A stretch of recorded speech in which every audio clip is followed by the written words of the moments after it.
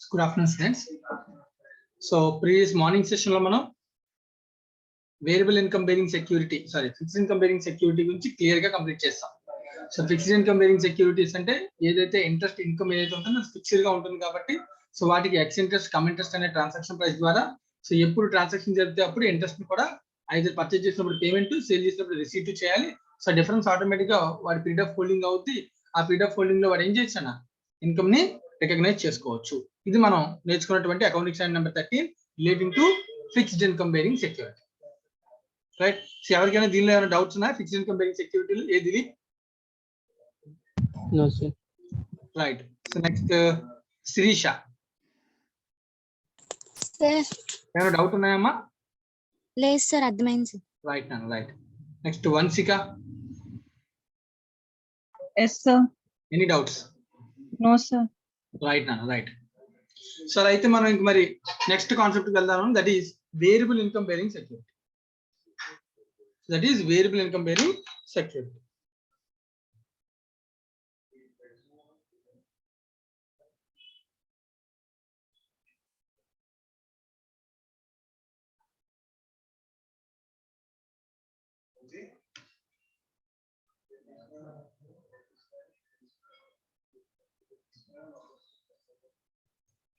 Right, students. Observe this here.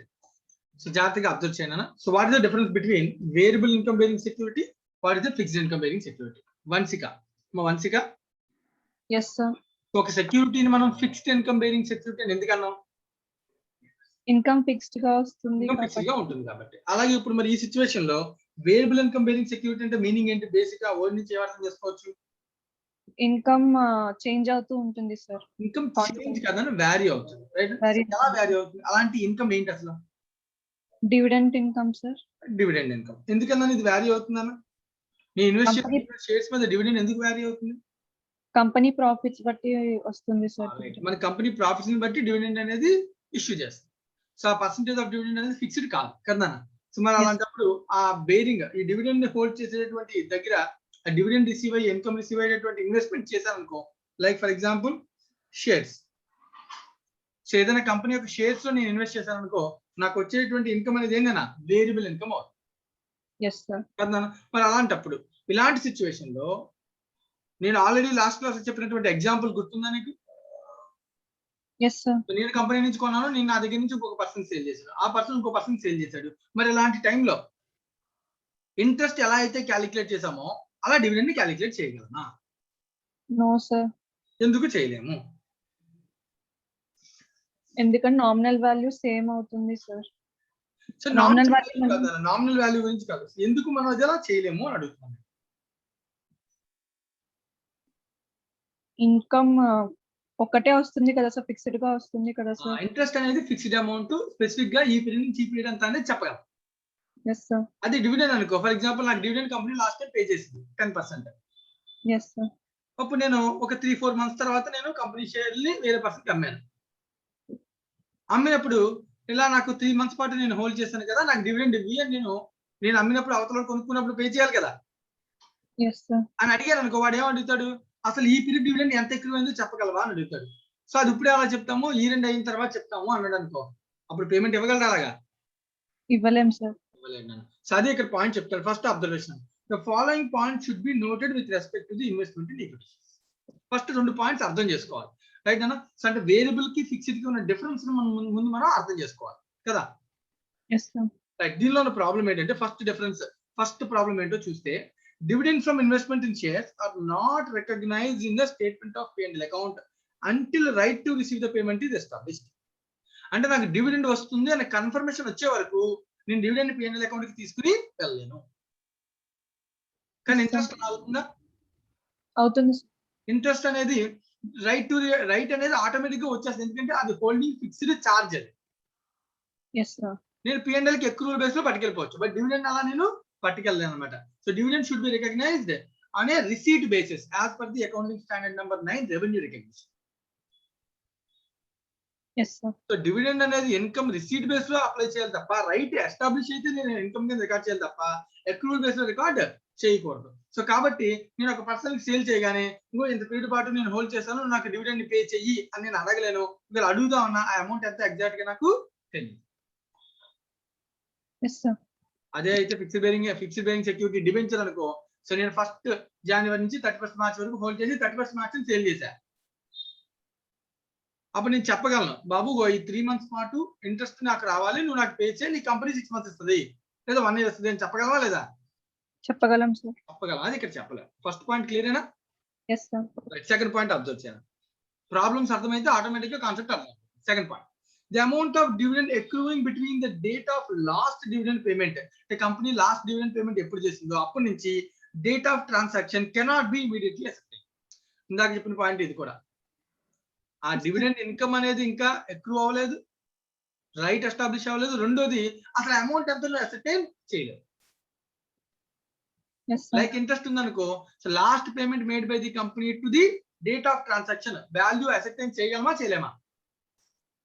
చేయగలం sir. కానీ ఇక్కడ డివిడెండ్ అలా చేయగలమా? చేయలేం సార్. ఈ రెండు ప్రాబ్లమ్స్ వల్ల ఫస్ట్ ఆఫ్ ఆల్ ఇక్కడ ఏముండదు అంటే ద ట్రాన్సాక్షన్ ఎక్స్ కమ్ము ఇలాంటి కాన్సెప్ట్స్ ఇంకా ఉండవు సార్. ట్రాన్సాక్షన్ అంటే ట్రాన్సాక్షన్. అంటే నేను ఇప్పుడు ఒక పర్సన్ కి సేల్ చేశాను అనుకున్నా, దట్ మీన్స్ సేల్ చేసామంటే it means the sale value is related to shares. that shares. అంతే. దానిలో ఇంట్రెస్ట్ ఉందా, అసలు దానిలో డివిడెండ్ ఉందా అంటే చెప్పగలమా మనం? చెప్పలేం సార్. రైట్. ఇప్పుడు నేను ఇంకో క్వశ్చన్ అడుగుతాను వన్సిగా. Yes sir. కదా నాన్న మాట్లాడుతుంది. Yes sir. Right వన్సిగా.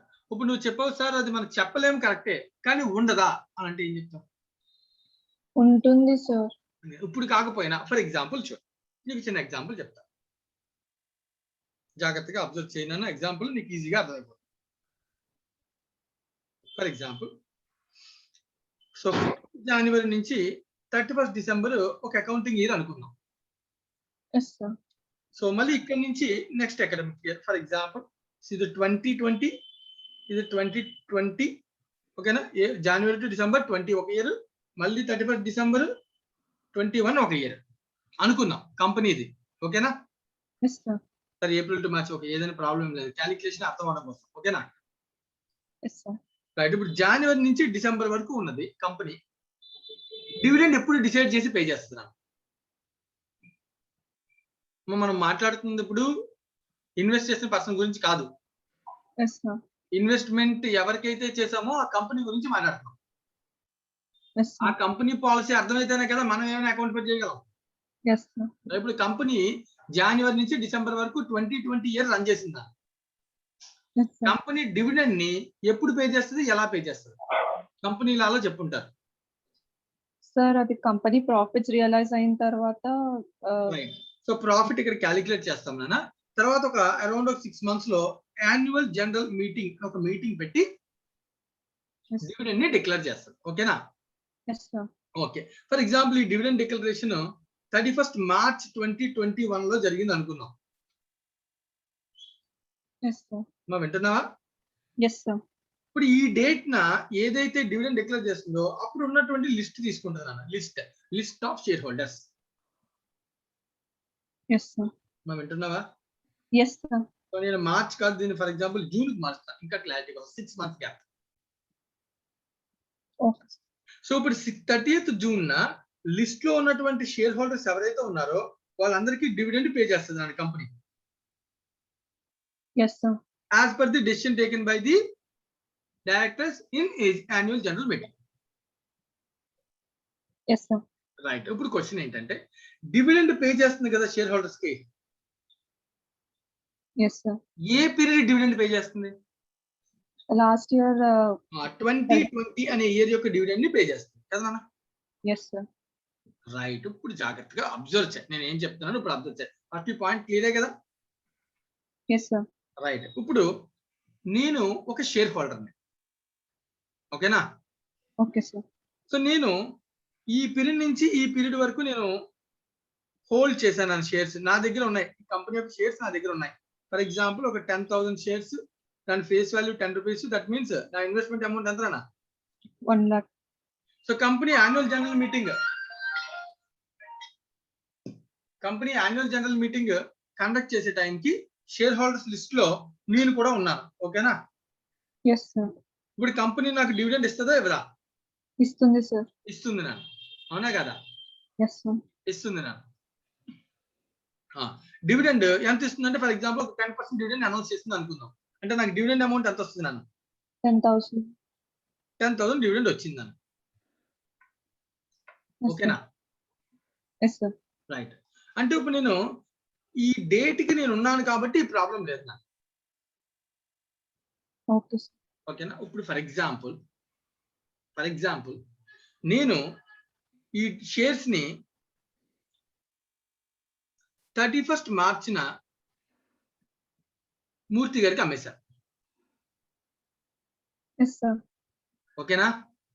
Yes sir. Point క్లియరేనా? Yes sir. సో ఈ డేట్ ఎప్పుడు ఉంది? 31st మార్చ్ అనేది ఏజిఎం కన్నా ముందే ఉంది సార్. ఏజిఎం కన్నా ముందు ఉంది. రైటా? ఇప్పుడు షేర్ హోల్డర్స్ లిస్ట్ లో సుమన్ ఉంటారా, మూర్తి ఉంటారా? మూర్తి సార్ ఉంటారు సార్. సుమన్ మూర్తి గారు ఉంటారు, అంతే కదా? Yes sir. ఇప్పుడు కంపెనీ 10% డివిడెండ్ 1 lakh మీద అంటే 10,000 నాకు పే చేస్తుందా, మూర్తి గారు పే చేస్తా? మూర్తి సార్ కి పే చేస్తుంది. మూర్తి సార్కి పే చేస్తాను, నాకు పే చేయదు కంపెనీ. Yes sir.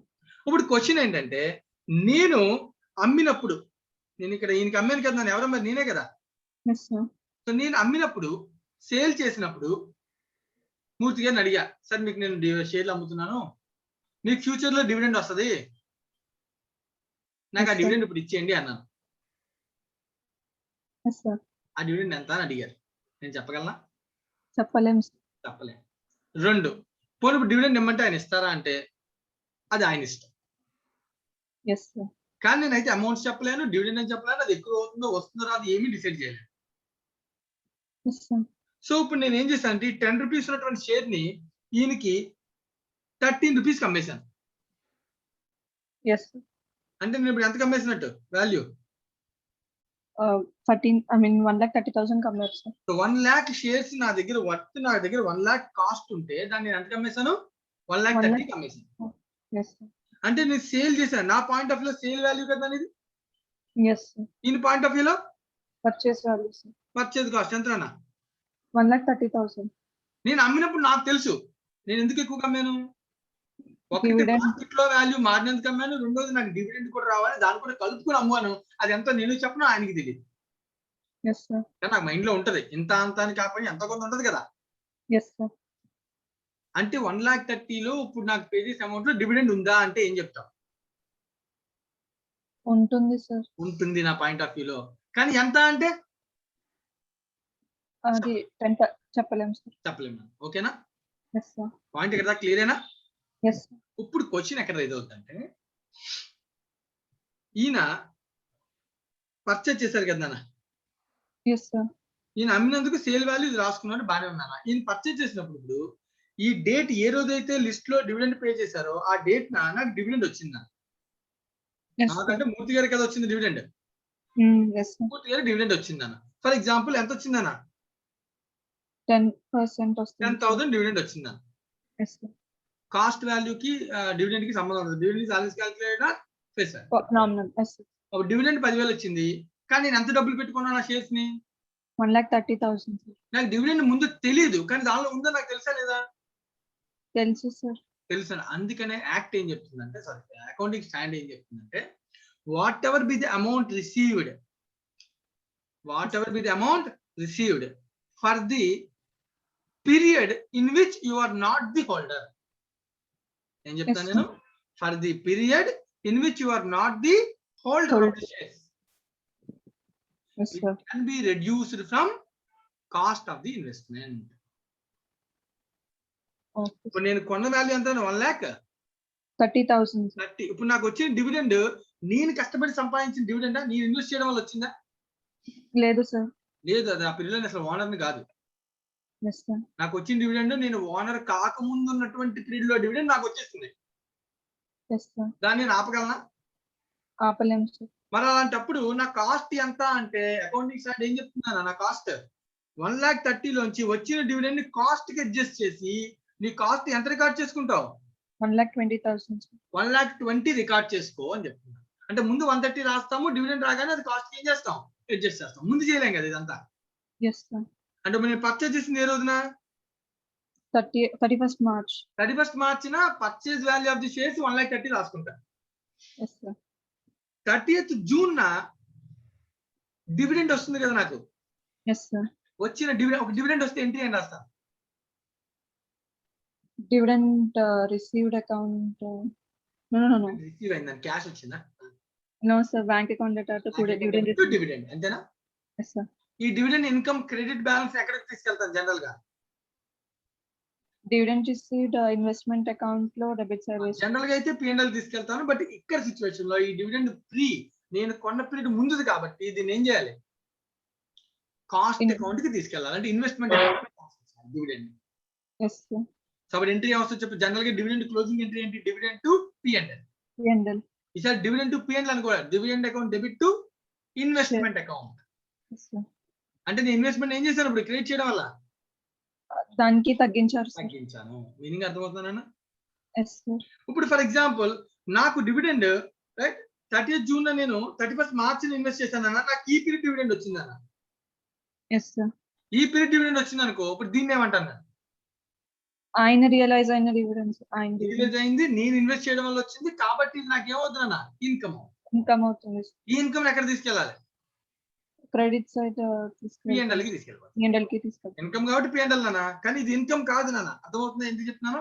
ఇది ఇన్కమ్ కాదు, ఇది నేను పర్చేజ్ చేయడం వల్ల నాకు ఇచ్చిన additional benefit. It should be adjusted from cost. Point అర్థమవుతుందా నాన్న? Yes, sir. ఈ డివిడెండ్ మనం అంటాం నాన్న టెర్మినాలజీలో ప్రీ ఎక్విజిషన్ డివిడెండ్ అంటాం. ఏమన్నా దాన్ని ప్రీ ఎక్విజిషన్ డివిడెండ్ అంటే దాని అర్థం నేను అక్వైర్ చేయడానికన్నా ముందు పీరియడ్ డివిడెండ్ అని అర్థం. Yes, sir. ప్రీ ఎక్విజిషన్ నేను అక్వైర్ చేయడానికి కన్నా తర్వాత ముందు ఉన్నటువంటి డివిడెండ్.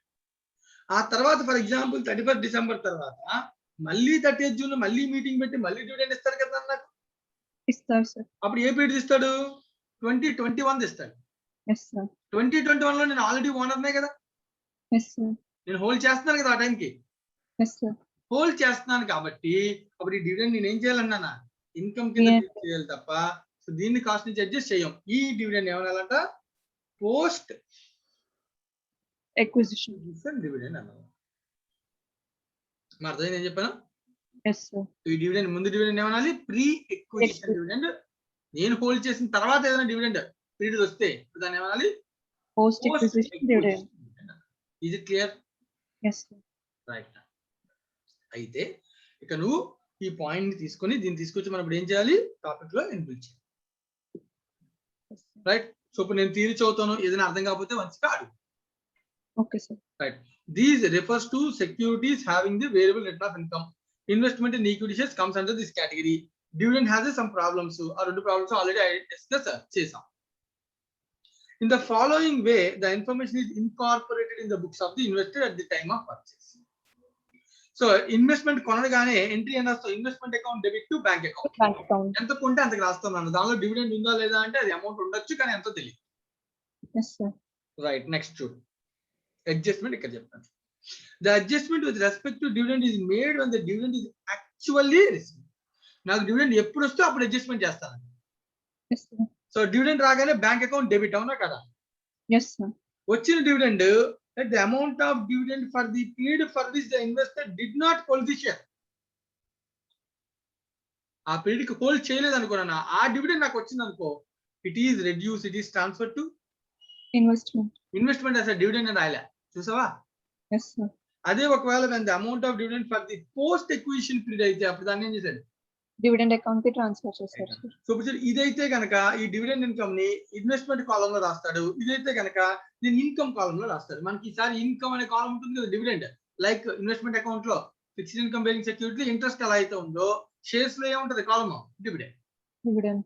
Yes, sir. రైట్ అన్న. Investment account contains two ledgers, investment and dividend. Dividend. In case of debenture investment and interest. ఓకేనా? Yes, sir. పాయింట్ అర్థమైందా? మళ్ళీ ఏం చెప్పాలా? అర్థమైంది, సార్. రైట్. ఇంకొక కొంచెం జాగ్రత్తగా ఇంకో 2 పాయింట్స్ ఇవి కూడా ఒకసారి జాగ్రత్తగా అబ్జర్వ్ చేయండి. ఇది Yes. కొంచెం ప్రాక్టికల్ గా జరిగేటువంటి ప్రాబ్లమ్స్ నేను చెప్పిన ఎగ్జాంపుల్ నుంచి దీన్ని మనం ఇంటర్లింక్ చేసుకుని ఈజీగా అర్థం చేసుకోవచ్చు. Right. The important point with respect to investment in equity shares is that the amount of dividend for the period for which the shares were not held by the investor should not be treated as a revenue receipt, but they should be treated as a capital receipt. అది revenue income కాదు, capital receipt. కాబట్టి దాని cost ని change చేయాలంట, adjust చేయండి అని చెప్తున్నాను.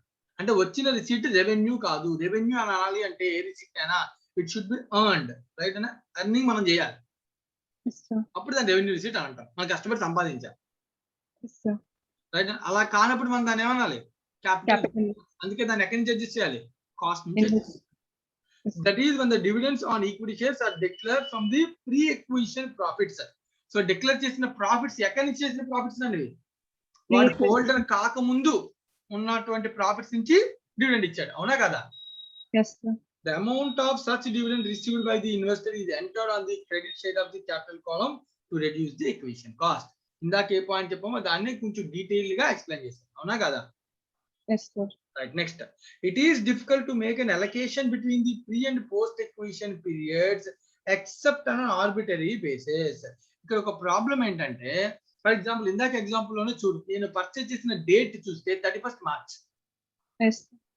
కానీ యాక్చువల్ గా నువ్వు చూస్తే జనవరి నుంచి మార్చ్ వరకు కూడా నేను హోల్డర్నా కాదు సార్. కాదని, మరి నాకు ఆ పీరియడ్ కూడా డివిడెండ్ వస్తుంది కదా నెక్స్ట్ ఇయర్ లో, ఆ నెక్స్ట్ ఇయర్ లో వస్తుంది సార్. అది నాకు రెవెన్యూ ఇన్కమ్ అని అంటున్నాను, కానీ నాకు వచ్చినటువంటి ప్రాఫిట్ డివిడెండ్ లో నేను ఆ పీరియడ్ లో 3 months కూడా హోల్డర్ కాదు కదా.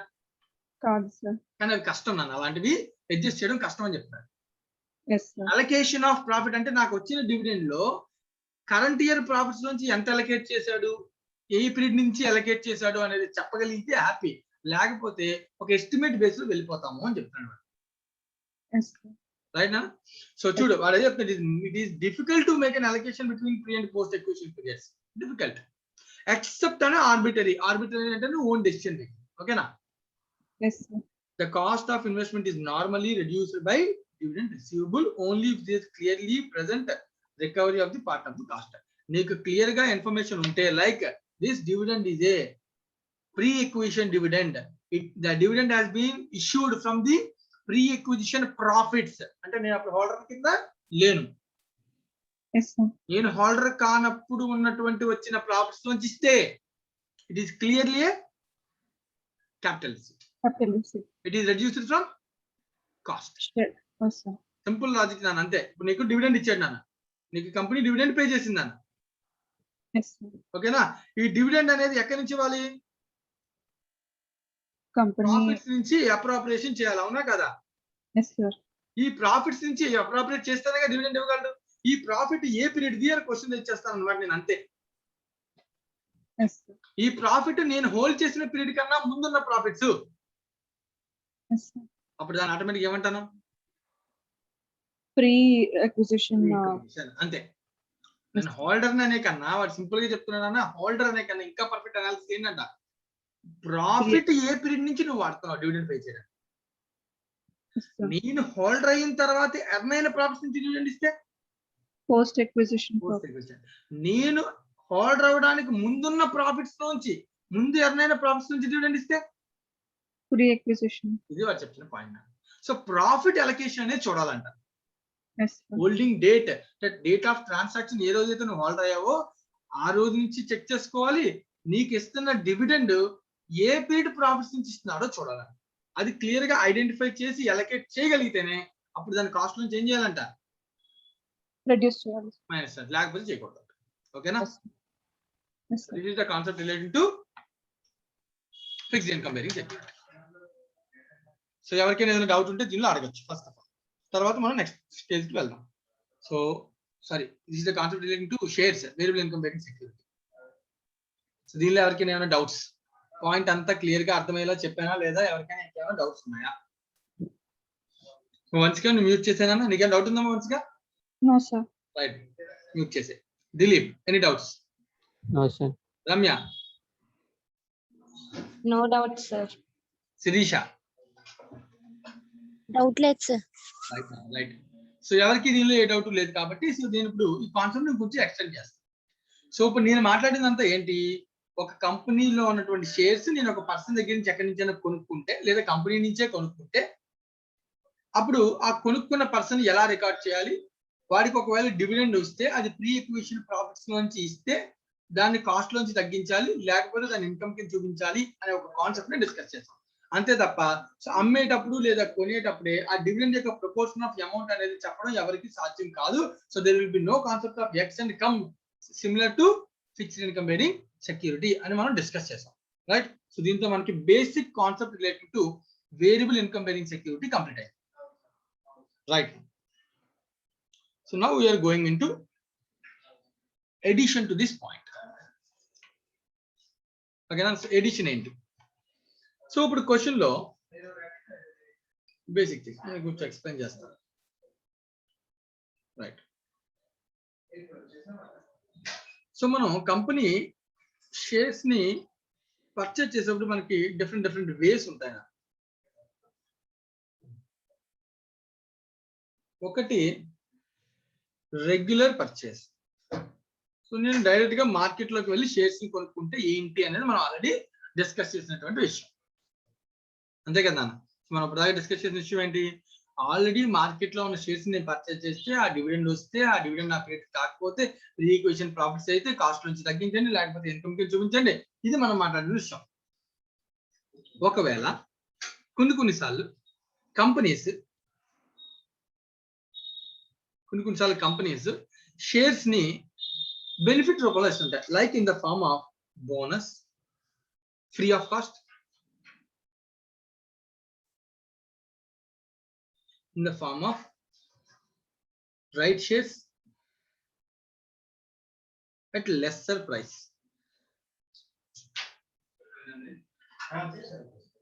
than market, at lesser price than the market, right? Dilip,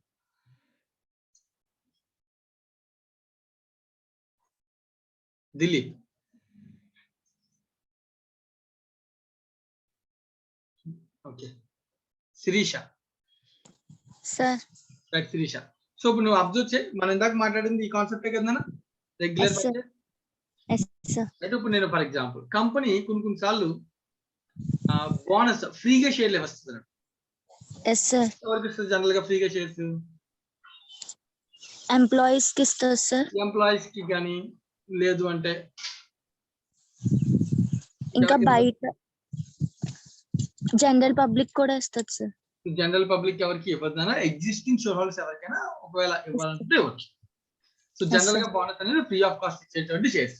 ఇప్పుడు ఇవి నాకు కంపెనీ అలాట్ చేసింది అనుకో, ఫర్ ఎగ్జాంపుల్ నేనున్నాను, ఇందాక నా దగ్గర ఎన్ని షేర్లు ఉన్నాయని అనుకున్నాం? 10,000 సార్. ఈ 10,000 షేర్స్ ఏవైతే ఉన్నాయో దీనికి కంపెనీ బోనస్ డిక్లేర్ చేసింది. So bonus 2 shares for every 1 share for every 5 held అన్నారు. 1:5 అంటే అర్థం ఏంటి? 1 share for every 5 held. నువ్వు 5 హోల్డ్ చేస్తే 1 షేర్ బోనస్ ఇస్తాను. అంటే ఇక్కడ మనకి ఎన్ని షేర్లు హోల్డ్ చేస్తున్నాం? 10,000. 10,000. అప్పుడు మనకి బోనస్ ఎన్ని షేర్లు ఇస్తారు?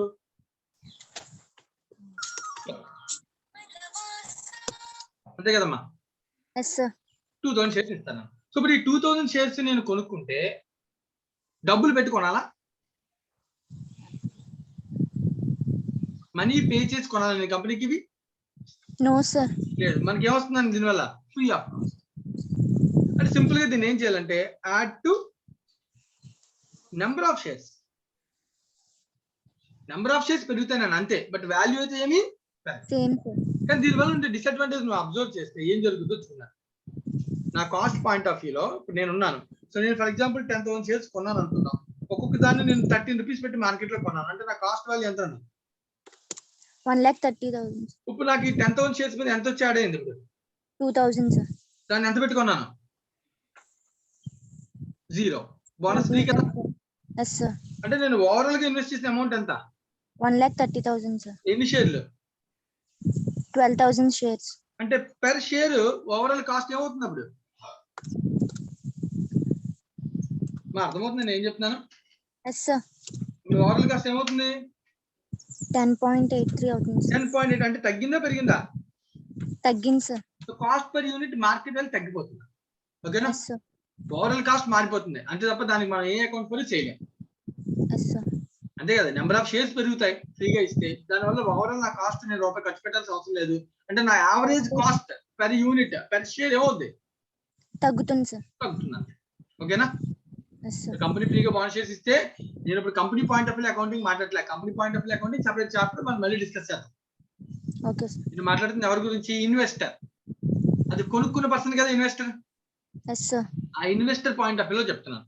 ఇన్వెస్టర్ పాయింట్ ఆఫ్ వ్యూ లో వాడు ఇన్వెస్ట్ చేసినటువంటి షేర్స్ ఏమవుతాయి? ఇంక్రీజ్ అవుతాయి సార్. ఇంక్రీజ్ అవుతాయి. But amount of cost of the investment ఏమవుతుంది? ఈక్వల్ గా ఉంటాయి సార్. సేమ్ ఉంటుంది, తగ్గదు. సో దానివల్ల యావరేజ్ కాస్ట్ పర్ యూనిట్ ఏమవుతుంది? డిక్రీజ్ అవుతుంది సార్. డిక్రీజ్ అవుతుంది. ఓకేనా? Yes sir. రైట్. నెక్స్ట్ ఇప్పుడు ఇంకొక పాయింట్ ఉండిపోయింది ఇక్కడ. ఇంకో కేసు ఏంటన్నది?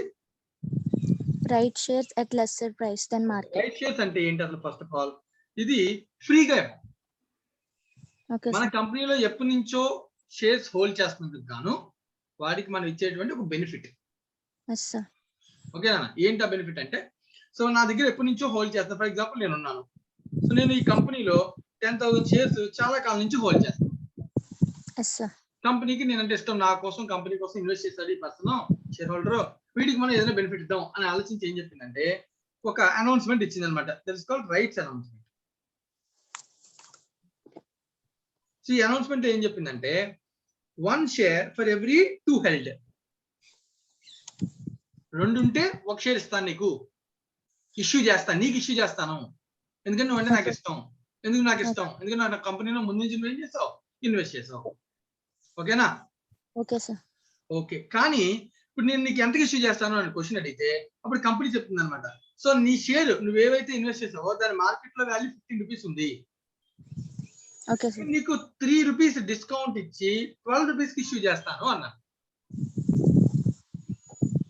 Yes sir. ఇప్పుడు నేను వెళ్ళి కంపెనీ, ఇదే కంపెనీ షేర్ నేను వెళ్ళి మార్కెట్ లో కొనాలంటే ఎంత కొనాలి? 15 రూపీస్ సార్. కానీ కంపెనీ ఇప్పుడు నాకు ఏం చేస్తుంది? డిస్కౌంట్ ఇచ్చి 12 రూపీస్ కి బెనిఫిట్ ఇస్తుంది కదా. Yes sir. అందరికి ఇచ్చేస్తుంది బెనిఫిట్. నో సార్, మీకే సార్. నాకే ఇస్తుంది. ఓకేనా? Yes sir. లేదు ఇంకా మాట్లాడితే 150 ఉంది అనుకో, 50 రూపీస్ 40 రూపీస్ డిస్కౌంట్ ఇవ్వచ్చు కదా. సో కంపెనీ డిస్కౌంట్ ఎంతైనా ఇవ్వచ్చు. అర్థమవుతుందా? Yes sir. అంటే కంపెనీ రూల్ ప్రకారం వాడు డిసైడ్ చేసుకుంటారు. సో ఏదైతే డిస్కౌంట్ ఇచ్చి తీసుకున్నారో ఇప్పుడు ఈ 12 రూపీస్ పెట్టే కదా నేను కొనుక్కోవాలి. Yes sir. రైట్. ఇప్పుడు ఈ షేర్ హోల్డర్ ఎవరైతే ఉన్నారో వాళ్ళకి 2 ఆప్షన్స్ ఉంటాయి. ఏంటి ఆప్షన్స్? ఆ కంపెనీ రైట్ షేర్ అలాట్ చేసింది, రైట్? అంటే 1 షేర్ ఫర్ ఎవ్రీ 2 హెల్డ్ అంటే ఎన్ని షేర్లు ఇస్తుంది నాకు? 5,000 షేర్స్. ఇది నీకు అర్థమైంది కదా.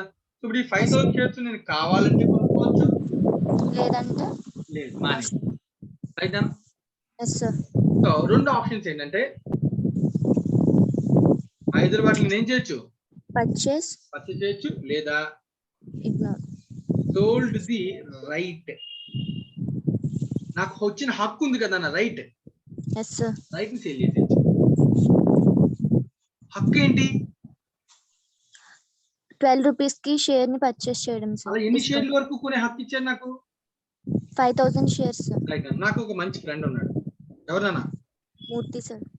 వెరీ గుడ్, నీకు తెలుసు. రైట్. నాకు ఒక ఫ్రెండ్. సో ఆయన్ని నేను అడిగాను అనమాట, అరే నా కంపెనీ షేర్ నాకు 15 రూపాయలు ఉన్నాయి, నాకు ఆల్రెడీ 10,000 ఉన్నాయి, నా కంపెనీ ఆఫర్ ఇచ్చింది 12 రూపాయలకి, మార్కెట్ లో ఇప్పుడు నేను డబ్బులు పెట్టే పొజిషన్ లో లేను, కొనుక్కునే పొజిషన్ లో లేను, నీకు ఇచ్చేస్తా అన్నాను. Okay sir. అప్పుడు మూర్తి సార్ ఏం చేశారంటే, ఓకే 15 రూపాయలు 12 రూపాయలు కదా, సో బాగుంది ఇదేదో అని చెప్పి తీసుకుంటాను. Okay sir.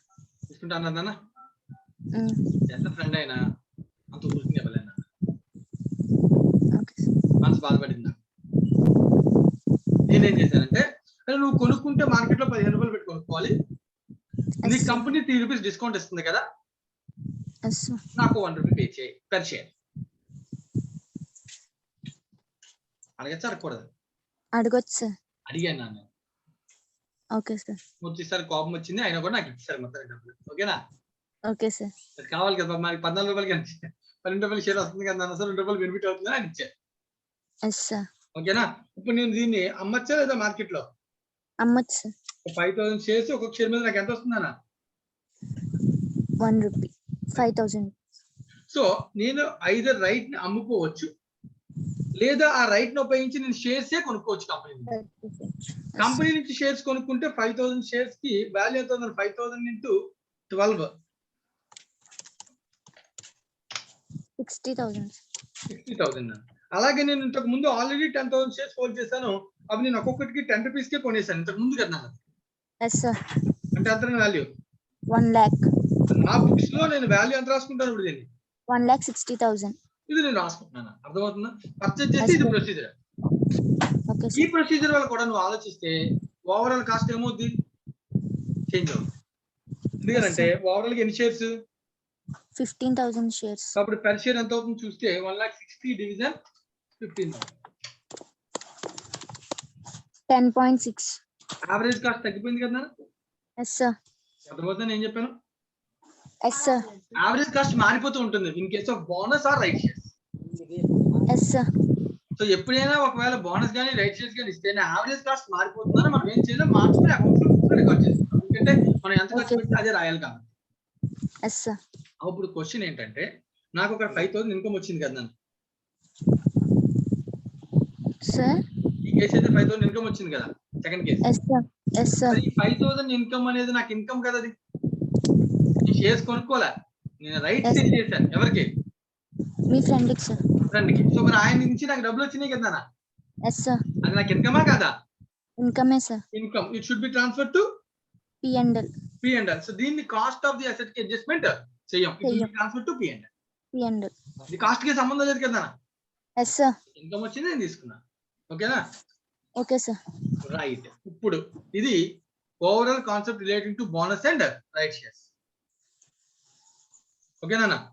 Okay, sir. అయితే ఇక్కడ దీనికి ఇన్కమ్ కి ఒక ఎక్సెప్షన్ ఉంది. దాని గురించి మనం ఇంకా డిస్కస్ చేయలేదు. ఈ ఎక్సెప్షన్ ఒకటి డిస్కస్ చేస్తే so overall variable income bearing security complete అయిపోతుంది. ఓకేనా? Okay, sir. Right. Thank you Shirisha. Thank you. ఇప్పుడు నేను చదువుతాను వీటి గురించి. చదువుతూ ఎవరికైనా ఏదైనా డౌట్ ఉంటే ఎక్స్ప్లెయిన్ చేస్తాను. Right. So Venkatalakshmi. Yes, sir. జాగ్రత్తగా అబ్జర్వ్ చేయమ్మా వెంకటలక్ష్మి. నేను చెప్పేది చదువుతున్న point it is relating to right shares. Yes, sir. Right. So first when right shares offered, కనబడుతుందమ్మా స్క్రీన్ క్లియర్ గానే? కనిపిస్తుంది sir. Right. When right shares offered are subscribed for అంటే అర్థం సబ్స్క్రైబ్డ్ ఫర్ అంటే కొనేసుకుంటాం. Yes, sir. The cost of the right shares is added to the carrying amount of the original holding. Original holding ఎంత అయితే ఉందో దానికి ఏం చేస్తాను నేను అమౌంట్ ని యాడ్ చేస్తాను. ఇందాక ఆల్రెడీ నేను ఎగ్జాంపుల్ లో చూపించాను. కొనుక్కుంటే 10,000 షేర్స్ కాస్ట్ ఆల్రెడీ ఉంది బుక్స్ లో. అది కాకుండా 5,000 షేర్స్ ఎంత పెట్టుకుంటే అంత కాస్ట్ ఏమవుద్ది? యాడ్ అవుతుంది. Yes, sir. అలా యాడ్ అవడం వల్ల ఓవరాల్ యావరేజ్ కాస్ట్ ఏమవుద్ది? మారిపోతుంది. Yes, sir. Right. If the rights are not subscribed for, subscribed అంటే కొన్నాం, నాట్ సబ్స్క్రైబ్డ్ కొనుక్కోలేదు అనుకో, అప్పుడు మనకి ఏంటి హక్కు ఏముంది? అప్పుడు సోల్ సేల్. మార్కెట్ లో ఆ రైట్ ని సేల్ చేయొచ్చు. Yes, sir. But are sold in the market అంటే షేర్స్ ని కాదు, రైట్. రైట్ ని, హక్కుని సేల్ చేస్తున్నాను. ఓకేనా? Yes, sir. The sale proceeds are taken to statement of profit and loss. Means income కదా. ఇన్కమ్ అయితే ఎక్కడ తీసుకెళ్లాలని చెప్పాను P&L కి కదా. ఇందాక మనం Yes, చదివిన థియరీ పాయింట్ అర్థమైనట్టు అనేది అర్థమైంది సార్. ఇప్పుడు చెప్తాను చూడు.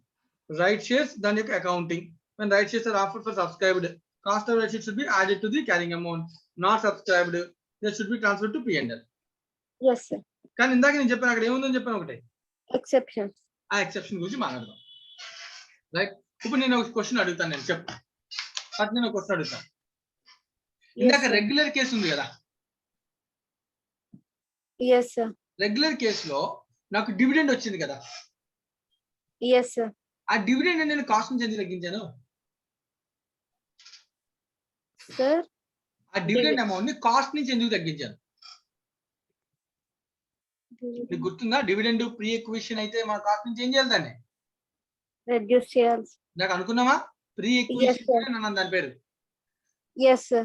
అప్పుడు కాస్ట్ నుంచి ఎందుకు తగ్గించాను దాన్ని? అది నా పీరియడ్ కాదు, బికాస్ ప్రీవియస్ దానికి కూడా కలిపి పే చేశాను అని ఊహించుకున్నాను కాబట్టే కదా. Yes, sir. నేను ఒక పర్సన్ నుంచి కొన్నప్పుడు పే చేసిన అమౌంట్ లో డివిడెండ్ కూడా ఉంది, ఎంతో తెలియదు, బట్ ఉందని ఊహించుకున్నాను కాబట్టి ఆ ప్రీవియస్ ఏం చేశాను, కాస్ట్ నుంచి రెడ్యూస్ చేస్తాం. ఇదే కదా లాజిక్. Yes sir. అదే నేను కొన్న తర్వాత ఎలా డివిడెండ్ అయితే దానిలో ఉంటుందా కాస్ట్ లో, ఉండదు సార్, కాబట్టి దాన్ని ఏం చేశాను, ఇన్కమ్ లో చూపించుకుంటాం సార్. ఇప్పుడు సేమ్ P&L. ని ఇక్కడ కూడా అప్లై చేస్తాను. Yes sir. రైట్ షేర్స్ యొక్క కాన్సెప్ట్ అన్నమాట. ఇప్పుడు నాకు రైట్స్ ని నేను సేల్ చేశాను, రైట్స్ ని షేర్స్ కాదు కానీ రైట్స్ ని సేల్ చేశాను కదా. Yes sir. మరి సేల్ చేసినటువంటి రైట్స్ ఏవైతే ఉన్నాయో అవి నాకు వస్తుంది అని నాకు ముందే తెలిస్తే 5,000 ఇన్కమ్ ఇందాక ఒక్కొక్క 1 రూపీకి అమ్మేసానా రైట్ ని. Yes sir. ఆ ఇన్కమ్ ఏదైతే 5,000 రూపీస్ ఉందో అది నాకు వస్తుందని, ఎంత వస్తుందో తెలియపోవచ్చు, బట్ కానీ నాకు రైట్స్ ఫ్యూచర్ లో వస్తాయి, నాకు దాని మీద ఇన్కమ్ వస్తుందని తెలిసింది అనుకో, ఎస్ సార్. అప్పుడు నువ్వేం చేస్తావు. రైట్స్. ఇప్పుడు నేను రైట్ షేర్స్ నా దగ్గర అవి వస్తాయని నాకు తెలుసు, రైట్ షేర్స్ రైట్స్ ని అమ్ముకోగలనా నాకు తెలుసు, ఎస్ సార్. తెలిసినాయి నా దగ్గర ఆల్రెడీ ఎగ్జిస్టింగ్ షేర్స్ ఉన్నాయి కాబట్టి నాకు వస్తాయని తెలుసు. తెలిసిన తర్వాత ఫ్యూచర్ లో నేను కొనుక్కోకుండా రైట్స్ ని 1% అమ్మేశా, ఎస్ సార్. అప్పుడు నాకు 5,000 డబ్బులు వచ్చాయి. Yes sir. లాజికల్ గా మాట్లాడితే ఇది నాకు వస్తుందని తెలిసినప్పుడు నేను ముందు ఇన్వెస్ట్ చేసినటువంటి షేర్స్ లో ఈ వాల్యూ ఉంటుందని ఊహించుకోవచ్చు కదా. Yes sir. అలాంటప్పుడు ఆ రైట్స్ ఇన్కమ్ నేను ఏం చేయాలి, అలాంటప్పుడు ఆ కాస్ట్ నుంచి రెడ్యూస్ Finance. చేసుకుంటాం. సేమ్ డివిడెండ్ కాన్సెప్టే కదా, ఎస్ సార్. అదే ఎక్సెప్షన్ ఇక్కడ కూడా. Yes sir. అది జాగ్రత్తగా అబ్జర్వ్ చేసి నేను ఏం చెప్తున్నాడో నోట్ పాయింట్ చదువుతాను, జాగ్రత్తగా సెంటెన్స్ అబ్జర్వ్ చేయను, ఓకేనా. Yes sir. Right, where the investments are acquired on cum right basis అంటే అర్థం, ఫ్రీ అంటే రైట్ వస్తుంది. పర్సన్ నుంచి కొనుక్కునేటప్పుడు నేను ఫర్ ఎగ్జాంపుల్ సుమన్ అన్న, నేను ఎక్స్ అనే పర్సన్ నుంచి షేర్స్ కొనుక్కున్నాను అన్న. సో కొనుక్కునేటప్పుడు సో 10,000 షేర్స్ కొనుక్కున్నాను, ఒక్కొక్క దాన్ని 12 రూపీస్ కొనుక్కున్నాను అంటే దాని అర్థం 1,20,000 పర్చేజ్ కాస్ట్ చేశాను. Yes sir. నేను కొనుక్కునేటప్పుడే నాకు తెలుసు ఎక్స్ నుంచి షేర్స్ కొనుక్కునేటప్పుడు కంపెనీ ఈ వీడి ఇచ్చినటువంటి షేర్స్ కి రైట్స్ ని అటాచ్ చేసింది, అంటే ఫ్యూచర్ లో ఎప్పుడైనా ఈ షేర్స్ మీద ఏం ఇష్యూ చేస్తుంది కంపెనీ, రైట్ అదే రైట్స్ ఇష్యూ చేస్తుందని మనకు తెలిసినాను, అది తెలిస్తే నేను కొనుక్కున్నాను. Yes sir. That is called cum right basis. Right. Future లో రైట్స్ వస్తాయి కాబట్టి అప్పుడు మళ్ళీ షేర్లు కొనుక్కోవచ్చు తక్కువ రేట్ కి, నాకు ఓవరాల్ ఇన్వెస్ట్మెంట్ వాల్యూ తగ్గుద్ది కాస్ట్ అని ఊహించేసుకుని నేను కొనేసాను ఎక్స్ నుంచి, yes sir. Right. And the market value of the investment immediately after their becoming ex right. Ex right అంటే అర్థం ఆఫ్టర్ రైట్ ఇష్యూ. ఇష్యూ చేసింది కంపెనీ, ఎస్ సార్. మార్కెట్ లో ఎవరైతే ఉన్నారో 1:2 రేషియోలో రైట్స్ కొనుక్కోమంది, ఈ రేట్ కి ఇస్తానని చెప్పేసింది అన్న. మార్కెట్ లో ఇష్యూ చేయగానే నెంబర్ ఆఫ్ షేర్స్ ఏమవుతాయి, రైట్ ఇష్యూ చేయగా నెంబర్ ఆఫ్ షేర్స్ చేంజ్ అవుతాయి, పెరుగుతాయి. Yes sir. ఏంటంటే ఇంక్రీజ్ అయిపోతాయి కదా, ఎందుకంటే 10,000 ఉంటాయి 5,000 ఇస్తున్నారు. అది నా ఒక్కడికి, నాతో పాటు ఇంకా చాలా మంది ఉంటారు షేర్ హోల్డర్స్, ఎస్ సార్. వాళ్ళందరి షేర్లు కూడా ఏమవుతాయి ఆటోమేటిక్ గా 50% పెరిగిపోతాయి number of shares. Yes sir.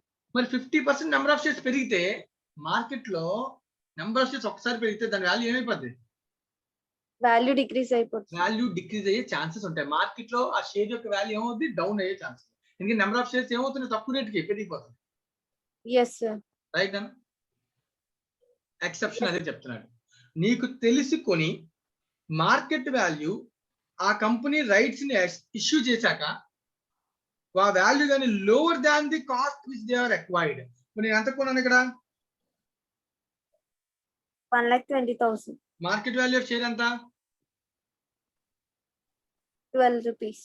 12 నాన్న. సో కంపెనీ 11 రూపీస్ కి మార్కెట్ లో రైట్స్ ఇష్యూ చేసింది, ఎస్ సార్. అందరూ కొనేసారు నాన్న పొలోమని. Yes sir. నేను కొనలేదు, లేదా నేను కూడా కొని ఉండొచ్చు, నా ఇష్టం కదా అది. Yes sir. సో నేను కొన్న తర్వాత ఏమైందంటే ఈ రెండు కాకుండా మార్కెట్ లో అందరూ నాలాంటి వాళ్ళు చాలా మంది కొన్నాక అది 10.5 వెళ్ళిపోయింది. Yes sir. ఓకేనా, ఎంతకి వెళ్ళిపోయింది, 10.5.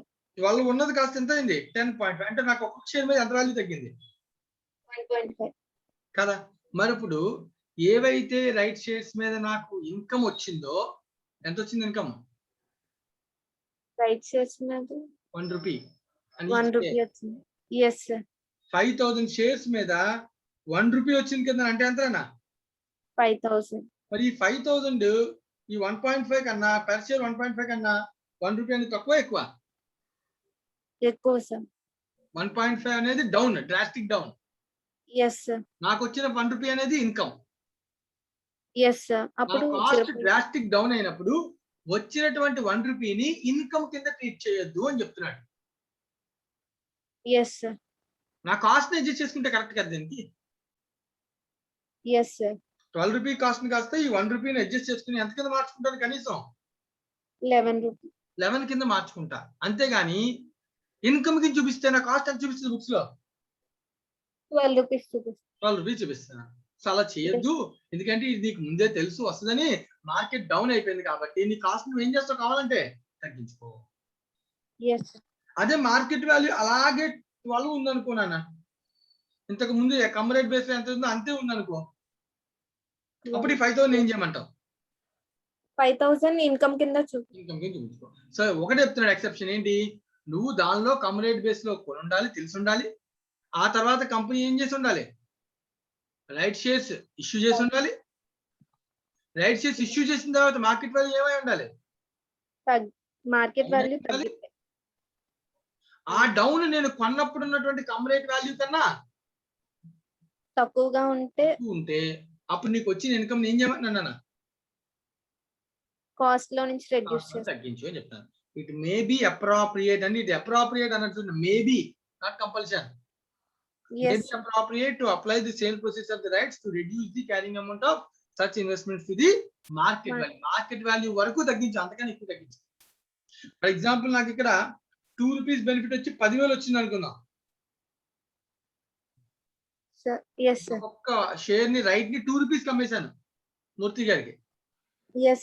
అప్పుడు నాకు డబ్బులు ఎంత వస్తాయి? ఇన్కమ్ 10,000. కానీ ₹13 అనుకుందాం ఫర్ ఎగ్జాంపుల్ మార్కెట్ వాల్యూ. ఏది బిఫోర్ రైట్స్. అది 13 కాస్త అందరూ రైట్స్ కొనుక్కున్నాక ఎంతకి మారిపోయింది? 12 కి మారిపోయింది అనుకో. ₹1 తగ్గిందా? నాకు బెనిఫిట్ ఎంత వచ్చింది? కానీ యాక్చువల్ గా 10,000 వచ్చింది. ₹2 బెనిఫిట్ వచ్చింది. అలాంటప్పుడు మరి మొత్తం 10,000 కాస్ట్ తగ్గించుకోవడం. ₹1 వరకు అంటే 13 నుంచి 12 అయింది అంటే ఎంత తగ్గింది? ₹1 కదా. ₹1 బెనిఫిట్ ని కాస్ట్ కి అడ్జస్ట్ చేసి మిగిలిన ₹1 బెనిఫిట్ ని ఇన్కమ్ కింద చూపించు అని చెప్తాను. రైట్. ఈ పాయింట్ కొంచెం క్రిటికల్, బాగా అర్థం చేసుకోవాలి. మళ్ళీ ఒకసారి చదవనా? When investments are acquired on a combined basis, నాకు ముందే తెలిసి ఉండాలి. And the market value of the investment immediately after their becoming X, right, is lower than the cost for which they are acquired. It may be appropriate to apply the sale process of the rights to reduce the carrying amount of such investment to the market value. Okay na? చాలా విషయాలు interlink అయి ఉన్నాయి నాన్న. మీకు అర్థం అవడం కోసం ఒక ఎగ్జాంపుల్ కూడా ఇచ్చాడు. ఒకసారి చూద్దాం. ఎగ్జాంపుల్ మనం కూడా ఎగ్జాంపుల్ చెప్తున్నాం. సో వాడు చెప్పిన ఎగ్జాంపుల్ నుంచి ఒకసారి అర్థం చేసుకుందాం. ఓకేనా? రైట్. చూడు, ఇప్పుడు for example mister X 200 shares కొన్నాడు అంటే క్యాలిక్యులేటర్ దగ్గర పెట్టుకున్నాను. కమరేట్ బేసిస్ అంటే ఎంత వాల్యూ? 50,000. సో 200 షేర్స్ అన్న. సో ఎంతకి తెలియదు కానీ వాల్యూ ఎంత? 50,000. సో క్యాలిక్యులేట్ చేస్తే పెర్ షేర్ ఎంత కొన్నట్టు? 250. ఓకేనా? Subsequently receives an offer of rights to acquire the fresh shares of the company in proportion of 1:1 at 110 each. Right shares company issue చేసిందా? 1:1 అంటే ఎన్ని షేర్లు?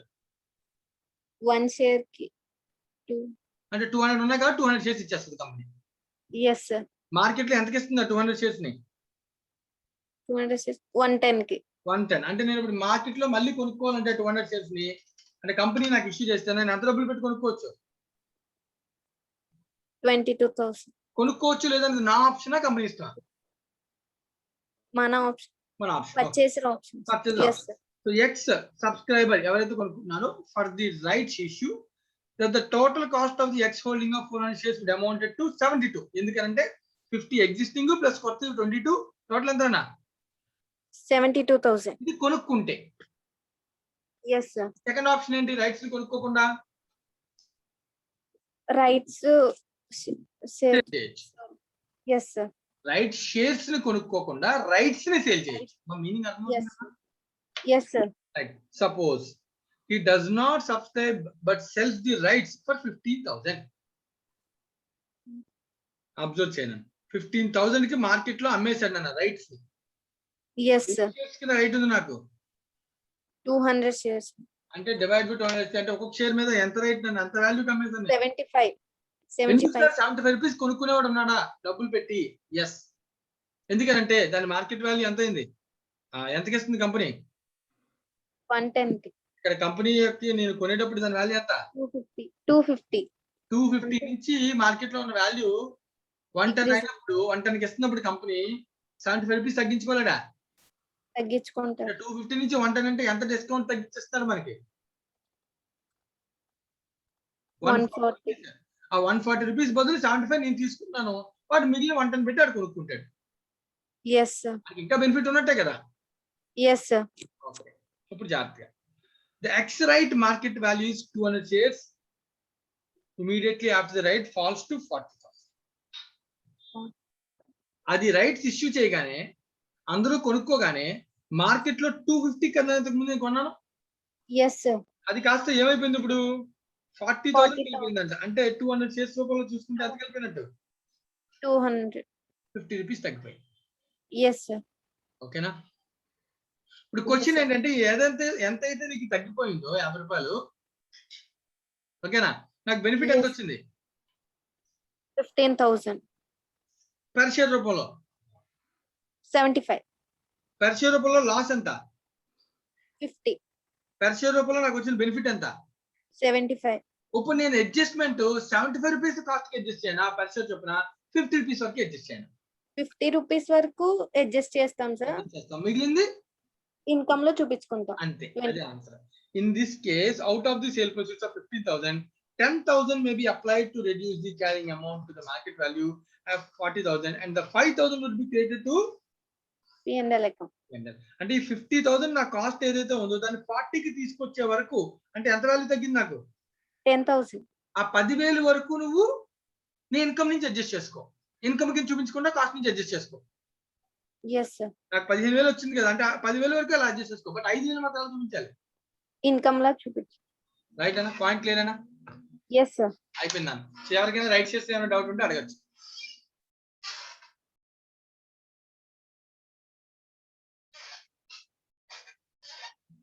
ఎవరికి ఇంకేమైనా డౌట్స్ ఉన్నా అడగచ్చు. ఆలోచించండి ఒక నిమిషం. 1 సెకండ్ టైం గ్యాప్ ఇద్దాం.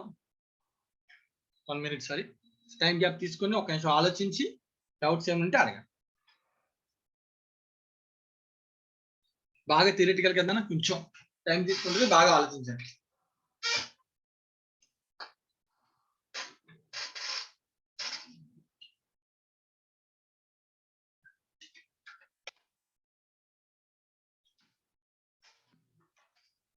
రైట్. సో ఇంకెవరికి డౌట్స్ లేవు కాబట్టి ముందుకు వెళ్ళనా?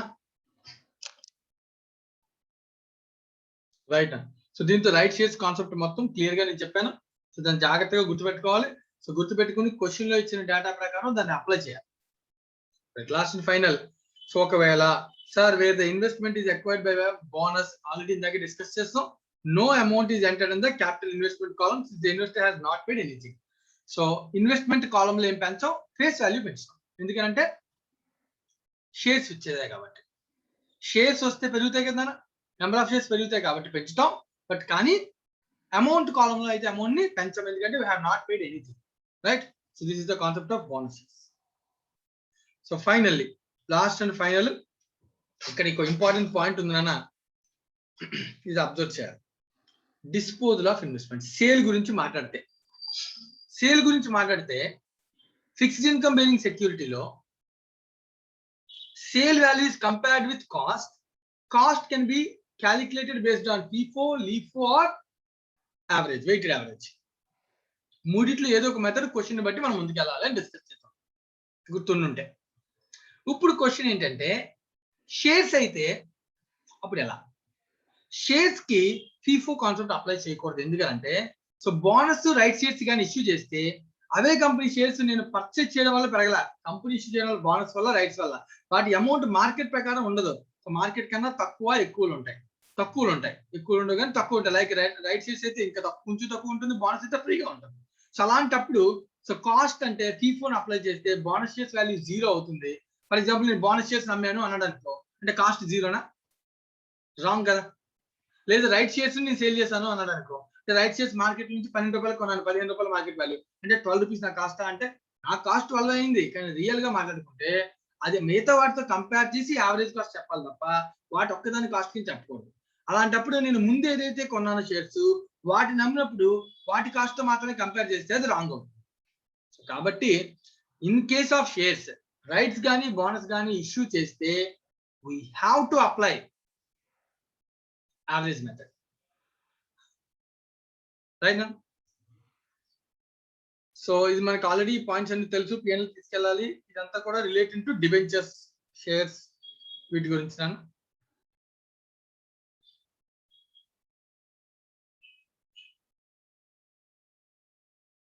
సో ఒకసారి అబ్జర్వ్ చేస్తే,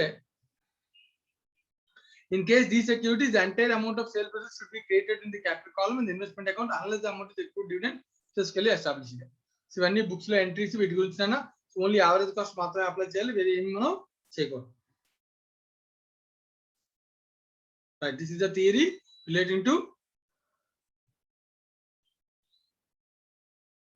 fixed income bearing security, variable income bearing securities. So దీంతో మనకి థియరీ కంప్లీట్ అయిందన్న. సో దీన్ని బేస్ చేసుకుని మనం ఏం చేయాలి? సమ్స్ కంప్లీట్ చేయాలి.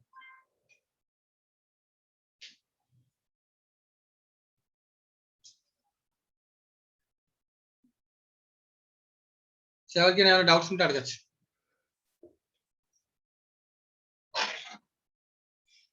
సో నేను ఏదైతే పాయింట్స్ చెప్పాను ఈ పాయింట్స్ అన్ని దయచేసి అందరూ నోట్స్ రాయండి. సో తర్వాత వీటి మీద మనం 1 or 2 సమ్స్ ని సాల్వ్ చేద్దాం.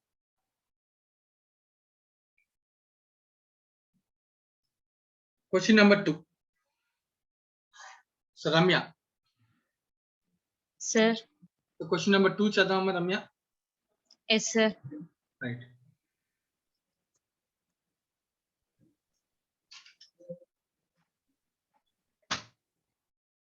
On 1st April 2011, Mr. Krishnamurthy purchased, ఇక్కడ కూడా 1000 equal shares of 100 each in Telco Limited at the rate of 120 each from a broker who charged 2% brokerage. So ఒక బ్రోకర్ నుంచి మనం 1000 ఈక్విటీ షేర్స్ ఫేస్ వాల్యూ 100 అంట, కానీ market లో ఎంత కొన్నాడు? 120 రూపీస్ కి కొన్నాడు అన్న. అలాగే దాని మీద ఏం పే చేశాడు?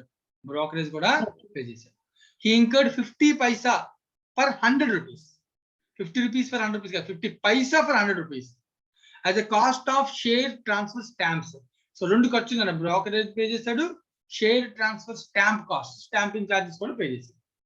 And 31st January 2012. So actual గా ఇది జరిగింది 1st April నా, ఆ తర్వాత మళ్ళీ 31st January నా, అంటే అరౌండ్ ఏప్రిల్ టు మార్చ్ ఒక 9-10 months, రైట్? జనవరి, ఫిబ్రవరి, మార్చ్ లేదంటే 10 months తర్వాత bonus is declared in the ratio of 1:2. So 1:2 అంటే 1 for every 2 held. So 1 share 2 ఉంటే, సో 1000 ఉంటే ఇప్పుడు ఏం ఇస్తాడు? 500 bonus shares ఇస్తాడు.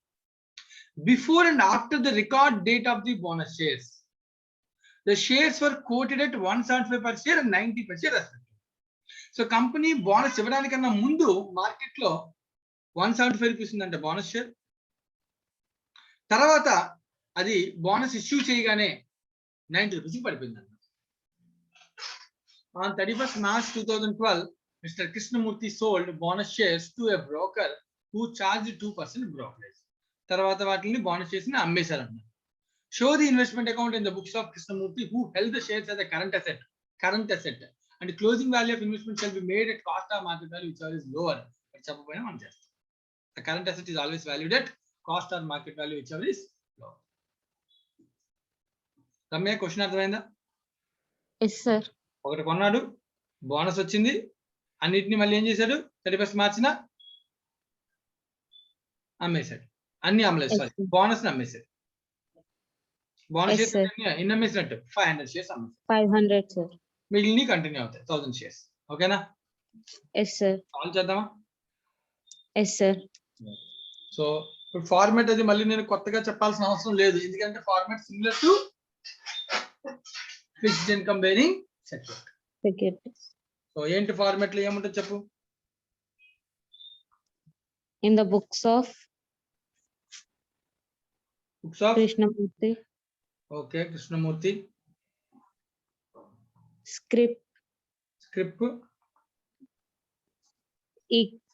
equity shares in Telco Limited, equity shares of Telco, తర్వాత investment account investment account from 1st April 2011 to 31st March 2012. Okay అంతే కదా. Yes, sir.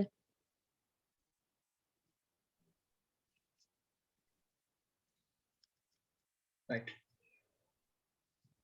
సో నేను ట్రాన్సాక్షన్ డేట్ వైజ్ ఏం రాయట్లేదు, తక్కువ ఉన్నాయి కదా అన్న. Yes, sir. ఎందుకంటే ఇక్కడ ఏమి ఇంట్రెస్ట్ డివిడెండ్ లాగా ఇంట్రెస్ట్ కూడా ఎక్కువ ఉంటుందా, No, sir. ఉండదు, కాబట్టి దాని గురించి భయం లేదు, కాబట్టి మనం డైరెక్ట్ గా ట్రాన్సాక్షన్స్ రాసేస్తాం. So date, particulars, Particulars, nominal nominal value, amount, amount, dividend. dividend, The same date, particulars, particulars, nominal value, nominal value, amount and dividend. amount, dividend.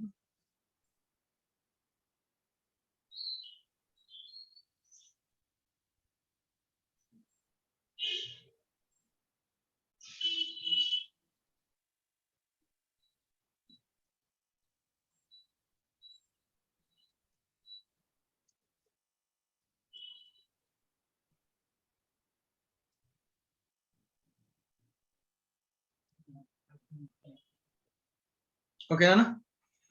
Yes, sir. So start చేద్దాం మరి. So first Yes, sir. Transaction ఏదో జరిగింది. 1st April, sir. First April ఏం చేసాం. Purchased 1000 equity shares so two to bank bank account. So 1000 equity shares, equity share యొక్క face value ఎంత. 100, sir. So 1 lakh amount అవుతుంది nominal value. Yes, sir. ఎంత కొన్నాను market లో దాన్ని. 120 కొన్నాం, sir. ఇంటూ 120 అంతేనా. Yes, sir. ఎంత అవుతుంది. 1,20,000. ఓకే. సో కొనేటప్పుడు డివిడెండ్ అక్రూవల్ అంటే ఏమైనా చేస్తామా. Sir, brokerage, okay sorry okay sorry brokerage ఉందన్న. Right sorry. సో బ్రోకరేజ్ ఎంత ఉందన్న చెప్పినాను ఒకసారి. 2%, sir. 2%. ఏమని చెప్పాడు. 2% brokerage అనే చెప్పాడు, sir. ఓకే అప్పుడు ఏం చెప్పాడు, ట్రాన్సాక్షన్ ఏముందో దాని మీద వేసేది. Yes, sir. సో అంటే ఎంత మీద వేయాలి. 1,20,000 ఇంటూ into 2%. 2%. ఇది కాకుండా ఇంకోటి కూడా చెప్పాడు, ఏంటది. Yes, sir. Stamp, transfer stamp. 100 rupees కి 50 పైసా అంటే ఎంత పర్సెంటేజ్. 0.5%.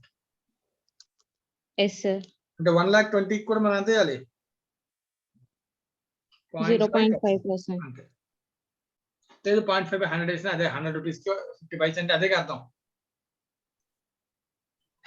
Yes, sir. ఎంత అవుతుంది అప్పుడు.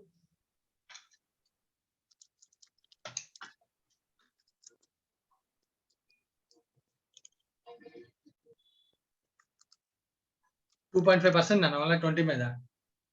Yes, sir. అంటే ఎంత. 1,23,000. 2,400. 1,23,000. Yes, sir. Total 1,23,000. రెండు కలిపి వేస్తాను డైరెక్ట్ గా. ఓకేనా. Yes, sir. Right. Next transaction. 31st January, sir. 31st జనవరి ఏం జరిగింది. Bonus declare చేశారు, sir. 31st జనవరి బోనస్ డిక్లేర్ చేస్తే మన షేర్లు ఏమవుతాయి, పెరుగుతాయి. డబ్బులు ఏమి Yes, వేసేస్తా. sir. No, sir. సో అలాంటప్పుడు ఇది ట్రాన్సాక్షన్ యాక్చువల్ గా డబుల్ ఎంట్రీ కాదు, నెంబర్ ఆఫ్ షేర్స్ పెంచుతున్నాను. సో 2 బోనస్ ఇష్యూ అని రాస్తున్నాను. ఓకేనా. బ్యాంక్ అని రాయకూడదు, Yes, sir. ఎందుకంటే డబ్బులు ఏం పే చేయలేదు కదా. Yes, sir. ఎన్ని షేర్స్ వస్తున్నాయని calculation 1000 shares into Into 1:1 ratio. 1:2, sir. 1:2 అంటే 1 share for every 2 held. 1:2 ratio అంటే 1/2. Yes, అంటే sir. ఎన్ని అవుతాయి. 500 shares, sir. 100 into 100 అంటే ఎంత. 50,000. 5,000. 50,000. Yes, sir. అంతే కదా. Yes, sir. మూడు కాలంలో నిల్లు dividend nil. Yes, sir. Right. Next transaction. 31st March, sir. ఏం జరిగింది? Bonus shares సేల్ చేసాం, sir. By bank account. ఎంత కమ్మేమన్నాను మార్కెట్లో? ఎంత కమ్మేమని చెప్పాడు?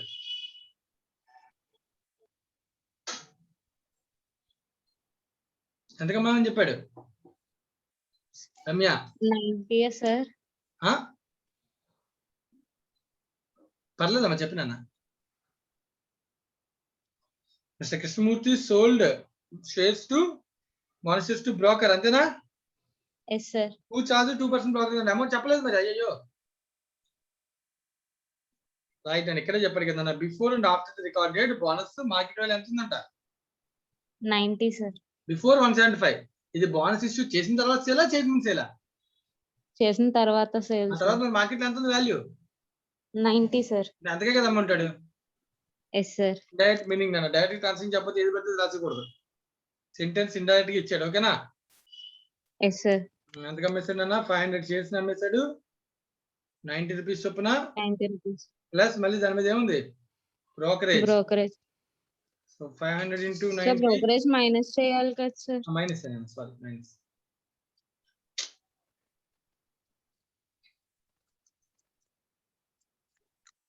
మైనస్ అని ఎందుకంటే సేల్ కదా అన్న? Yes, sir. Right, minus. Calculate చేయాలి ఎంత అవుతుంది? 44,100, sir. 44,100 sale value. Yes, sir. So అలాగే నామినల్ వాల్యూ 50,000. 50,000. సో 1,50,000 లో 50,000 సేల్ చేశాను. అయిపోయిందా? Yes, sir. నెక్స్ట్ ట్రాన్సాక్షన్ ఇంకేం లేదు. ఇన్వెస్ట్మెంట్ అకౌంట్ ఇంకేం క్లోజ్ లేదు, చేయాలి. sir. Closing ఒకటే సేల్ చేస్తాం కాబట్టి దానికి ఏం రాయాలి? profit. Profit and loss record చేయాలి, అంతే కదా? Yes, sir. మర్చిపోకూడదు కదా ఇంకా అది. ఎప్పుడు సేల్ Yes, చేసిన sir. ఏముండాలి? ప్రాఫిట్ అండ్ లాస్ రికార్డ్ చేయాలి. Profit or loss sale calculate. Value ఎంత అన్న? 44,100, sir. What is the cost? 1,23,000 divided by 1,500 into 500, sir. Okay sir, అదేంటి bonus shares amount? Bonus shares value 0 కదా? కాస్ట్ 0 కదా? కానీ cost తగ్గుతుంది కదా, sir. Average Total. Cost consider చేయాలి, Yes, sir. ఓకేనా? సో ఎప్పుడు కూడా షేర్స్ లో 41,000. బోనస్ ఉంటే ఏం చేయాలి? Average cost consider. Average cost. So minus చేస్తే దాని what is the profit? 3,100, sir. Any doubt? No, sir. So 31st March 2 P&L Monday. Amount కాలం లో 3,000 3,100. అయిపోయింది. ప్రాఫిట్ క్యాలిక్యులేషన్ అయిపోయింది. సో లాస్ట్ అండ్ ఫైనల్ ఏం చేయాలి? Closing, sir. క్లోజ్ చేయాలి. So last and final close చేద్దాం. సో దీనిలో డివిడెండ్ రిసీవ్డ్ గురించి కానీ ఎక్కడ లేదు కాబట్టి ఆ కాలం కూడా అవసరం లేదు, పెట్టేసాం ఫార్మాట్ కోసం, ఓకేనా? Yes, sir. So balance it side రాసేస్తాను. 31st March 12 by balance carried down. So 1,50,000 nominal value minus 50, that equals to 1 lakh. lakh is a nominal value. So cost వచ్చేటప్పటికి ఇందాక చేసినట్టు 1000 కి ఎంత అంటే డబుల్ అయిపోతుంది కదా. సో 41 టోటల్ చెప్పినాను ఫస్ట్. 1,26,100 100. minus 44,100 82,000, sir. 82,000 అంతేనా? Yes, sir. సో ఇప్పుడు క్వశ్చన్ 82,000 ఇక్కడ రాయనా అని అంటే చెక్ చేయాలి, వాల్యుయేషన్ చేయాలి. ఎందుకంటే ఇది ఏంటిది? Current asset. Current asset. So cost నువ్వు చెప్పిన వాల్యూ ఎంత? 82,000, sir. అది కాస్ట్ నా, ఓకేనా? Yes. Market value of the 1000 shares ఎంత అంటే మార్కెట్ లో ఎంత ఉంది ఒక share? 90, sir. 90 market value 90,000. Which ever is lower అంటే ఏమొస్తుంది? Cost is lower, sir. Cost. So 82,000. కాబట్టి 82,000 రాసేసుకోవచ్చు. ఎటువంటి లాస్ రికగ్నైజ్ చేయాల్సిన అవసరం లేదు. Yes, sir. Any doubts? No, sir. Right నన్ను, thank you. Question number 2 completed.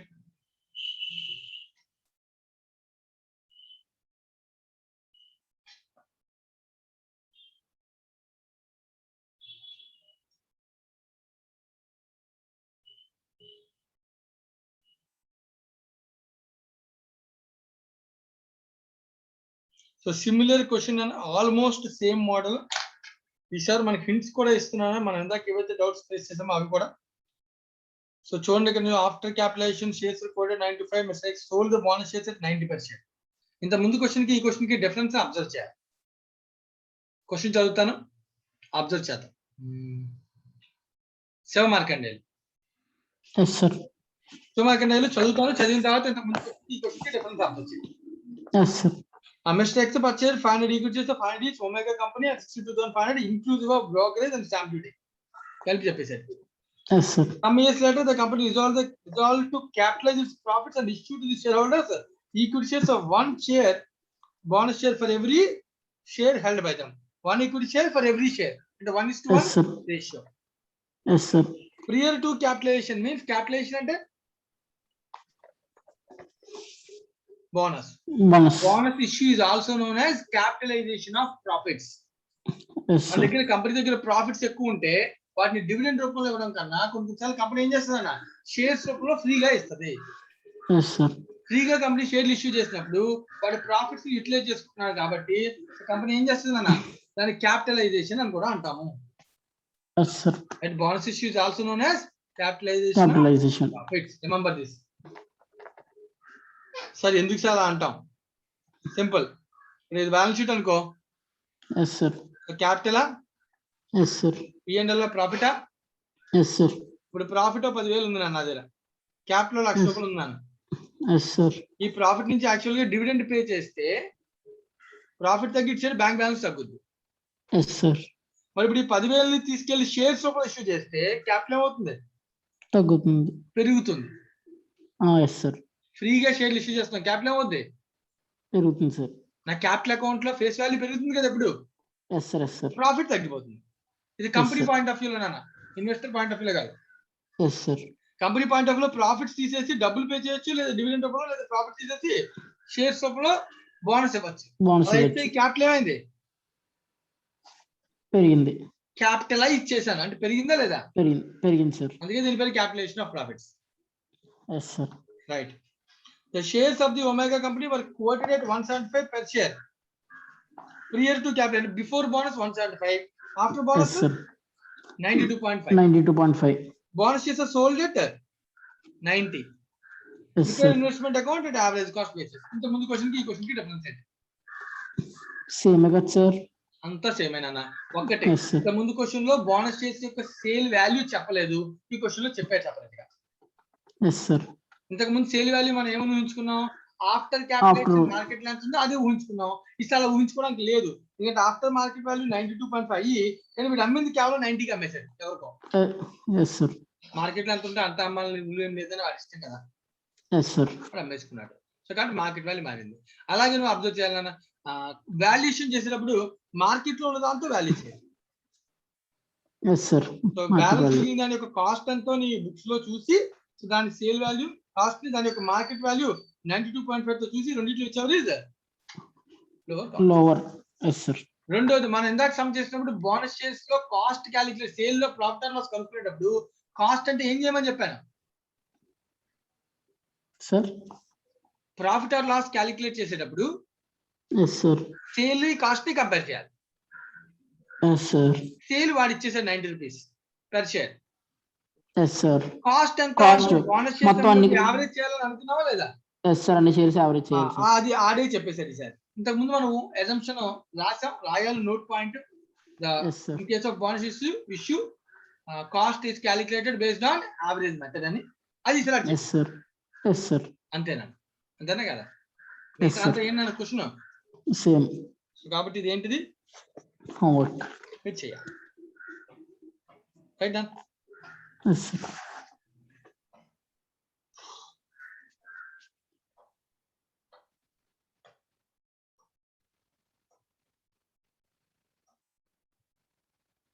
Similar question number 4, illustration number 4. Markandeyulu ఇది కూడా నువ్వే. Yes, sir. క్వశ్చన్ చదువుతున్నాను. On 1/4/2011, City Shakara purchased 5,000 equity shares of Handys in V Limited 120 from a broker who charged 2% brokerage, incurred 50 paisa per 100 rupees as the cost of share transfer stamp. నెంబర్లు మార్చే తప్ప sentence అని మార్చేడా? No, sir. On 31st January, bonus was declared in the ratio of 1:2. నేను మార్చేడా? లేదు sir. Before and after recorded, bonus shares quoted at 175.90. నంబర్లు కూడా మార్చలే. Yes sir. Sold bonus shares in a brokerage 2%. Sentence కూడా మార్చలే. Yes sir. Prepare investment account of T-books who held the shares as a current asset. Closing value of investment should be valued at. Cost or market. ఏమైనా మార్పులు ఉన్నాయా? లేదు sir. కాబట్టి ఇది కూడా ఏంటి? హోంవర్క్. చేయాలి 2 క్వశ్చన్స్. ఓకేనా? Okay sir. Right. So next questions concept మారుతుంది. రైట్ షేర్స్ బోనస్ చేసేటప్పుడు దాకా నెక్స్ట్ నుంచి ఏంటిది? ఎస్. రైట్ షేర్స్ వస్తున్నాయి. Right shares. నెక్స్ట్ క్లాస్ లో డిస్కస్ చేద్దాం. ఓకేనా? Okay sir. టైం ముందు వదిలేస్తాను కాబట్టి వర్క్ ఇచ్చిన సమస్య కంప్లీట్ చేసే. రైట్.